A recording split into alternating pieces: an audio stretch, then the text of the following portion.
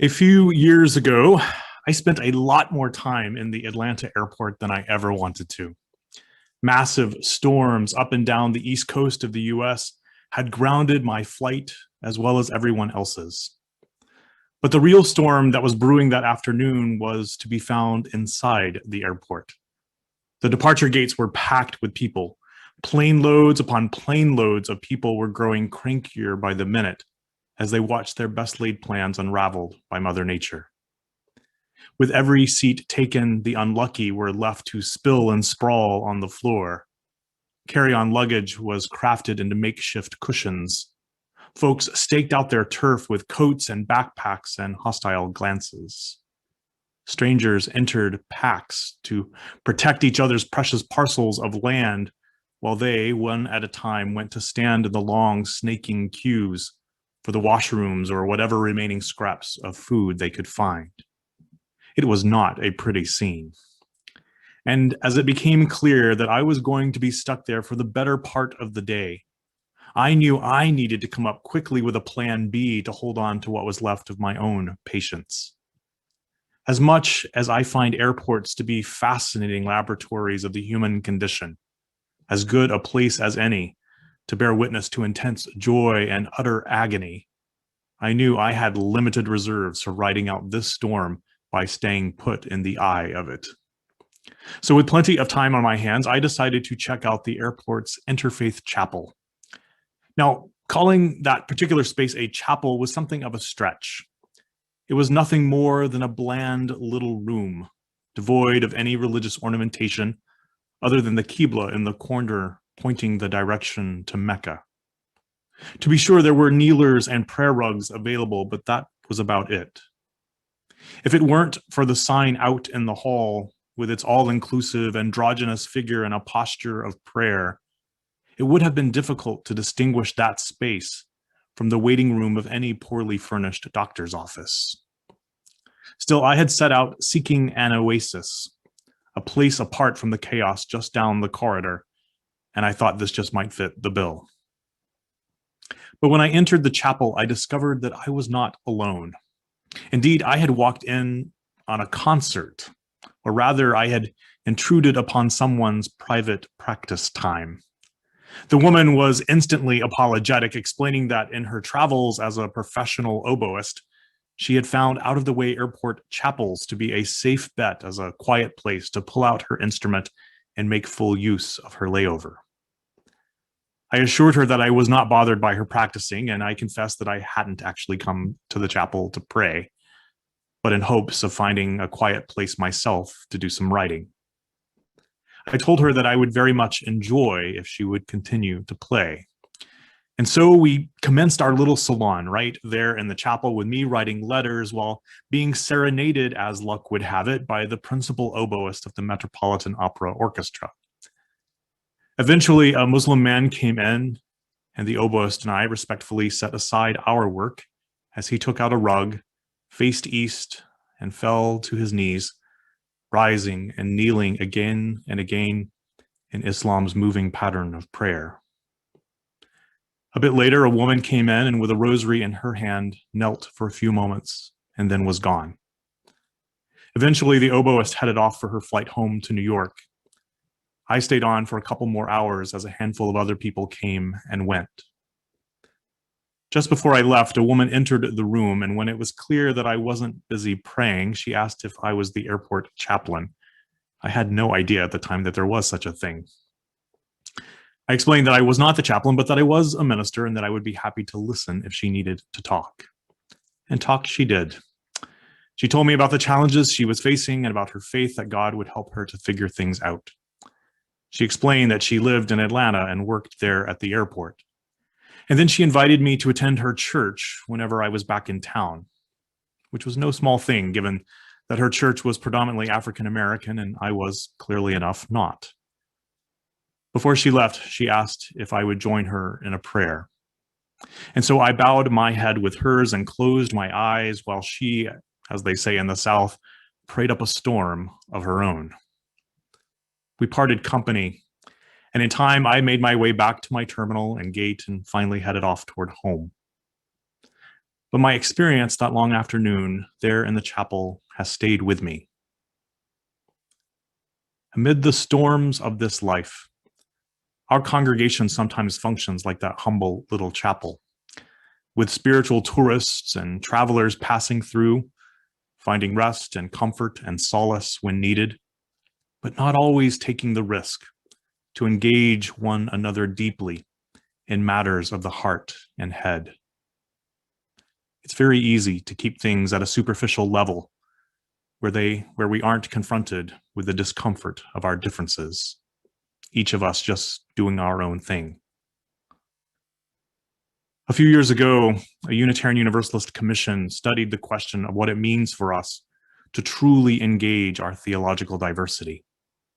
For all of our many theological beliefs, the commission confirmed that we as UUs, by and large, struggle to talk to each other about what we hold most dear, about what we consider to be true in matters of faith and belief. And the reason most often given when people were pressed was the fear that if we were to do so, if we really were to engage across barriers of belief, that our congregations would fall apart under the stress of what we might find out from one another.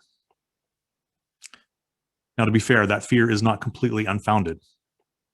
The history of religion and really of the world itself is littered with splits and reforms and revolutions fought over theological differences, some of which now seem so profoundly irrelevant as to make even more tragic and useless the blood shed in their defense. Now, it must be said that in this life, we may well find times when there are differences that are simply beyond all hope of being bridged. A few years ago, my friend Sam, on his wedding day, got off to a very bad start with his future mother-in-law. He was marrying a Hindu woman. The wedding was a proud milestone in the life of her family. And though the ceremony itself was created to reflect the couple's interfaith background, it was not without its challenges. When Sam arrived early for the ceremony, he was quite horrified to discover that a large swastika, that ancient Hindu symbol of good fortune, had been intricately crafted out of marigolds and placed into the elaborate arch over the very spot where the couple was to be married within a couple of hours. Something had to be done. Sam, being Jewish, explained to his soon-to-be mother-in-law that the symbol had to go. There were guests coming who had survived the Holocaust. There were members of his family who had been put to death under that symbol during the war. In turn, the mother of the bride explained to Sam how deeply significant the symbol was to Hindus and insisted that it stay put. In the end, the symbol was covered over for the ceremony and unveiled for the reception, a compromise that left everyone unhappy, though fortunately at different times. That is, of course, the difficulty of sometimes engaging our differences. When we take up the risk, we are sure on occasion to invite upset and cause misunderstanding. Despite our best intentions, we may even cause offense. And we may well learn that these differences are real and important and essential to the core identity that gives both to ourselves and to others our most sacred sense of self. But too often we squander the gifts of our diversity by steering clear of the real tensions and challenges that come with it. We take the path of least resistance by defaulting to the lowest common denominator. We keep silent to keep the peace, rather than recognizing the blessings that come through our willingness to engage one another more deeply in the great questions of life, rather than practicing the art of respectful listening, mulling over ideas that are at odds with our own, and opening ourselves to the sacred possibility that our own minds could be changed by taking in the insights and wisdom of others. I say this not as one who has mastered any of it, but as one who continues to learn and struggle with building and sometimes rebuilding bridges across the chasms that would divide us. In our tradition, the open invitation to embark on the religious quest is coupled with an obligation to do so with care and intention. Our principles require of us a search for truth that is both free and responsible. The quest for truth, far from being the cakewalk some imagine it to be, is an arduous path, much of it paved by others who've gone before us, that invites us to critically engage the world of ideas with every faculty we can summon from within us. Now, for the longest time, the gift of reason was the primary tool that we UUs drew on for this journey. It's the one that early Unitarians relied on when they scoured the Christian scriptures and found that, as pertains to the doctrine of the Trinity, there is very little biblical support. The primacy of reason was the enduring gift of the Enlightenment, and many of the ideas and ideals of which have found a lasting home in our tradition. And so it has been the tool used by those who came before us in questioning the foundations of the faith they had inherited as they stripped away superstition and the influence of what some called priestcraft. Along the way, this process was not without its bitter battles, as the wisdom of one era inevitably gave way to that of the next. As my colleague Suzanne Meyer says of our history, we would do well to remember that within our movement, the radical young Turks of one generation frequently go on to become the revered sages of the next. We have, though, by and large, over the decades and now the centuries, cherished this path of religious evolution. The motto, Semper Reformanda, always being reformed, has been with us from our beginnings. But when it comes to the evolving quest for truth at the heart of our faith, it turns out that we can only do so much of it alone. Ours is not a do-it-yourself religion, but a faith forged in the crucible of engaged and ongoing dialogue. At our best, we struggle through with each other, with our history, and with the world of ideas to decide anew each day what it means to be a Unitarian Universalist. That is why I believe that Unitarian Universalism is the hardest religion we could possibly ever love, not because we have to make it up on our own, but because we are called to make it up together. That is what is meant by our third principle that calls us to a free and responsible search for truth and meaning, that alongside our cherished intellectual freedom, we pledge to hold ourselves responsible, even accountable to each other. That requires relationships that are real. It's the delicate balancing act at the heart of our faith and our life together. Now, to be sure, there are days when any UU might well be tempted to abandon the challenge of it altogether and to strike out on their own. But when we live into the promise of this faith and choose instead to engage, to risk saying, help me understand what you mean by that, or that doesn't make a lick of sense to me, but can you tell me how it does for you? Such questions are for us the door to what Unitarian theologian Henry Nelson Wyman called creative interchange. It is that sacred give and take between people that offers, he said, an appreciative understanding of the original experience of another.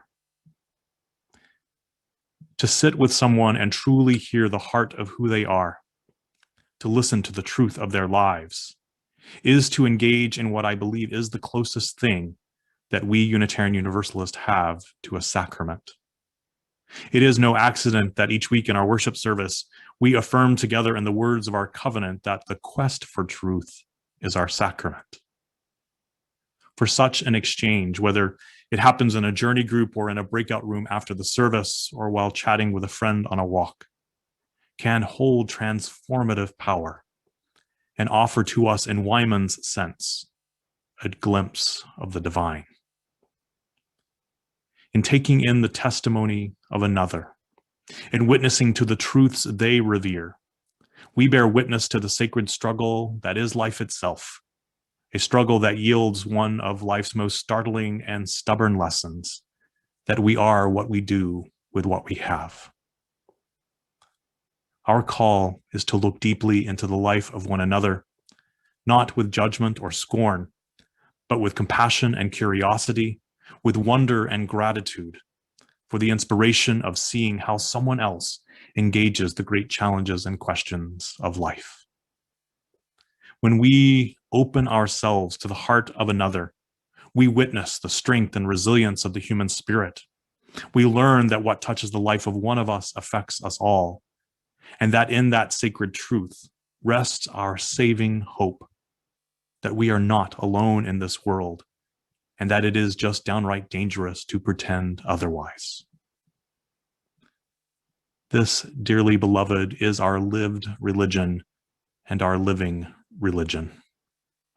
May we commit ourselves to the path that brings about genuine encounter, connections that crack open the heart and that expand our minds, with truths still to be discovered, and the sacred possibility that, in whatever way we understand it, we ourselves might grow with every day into harmony with the divine. So may it be. Amen.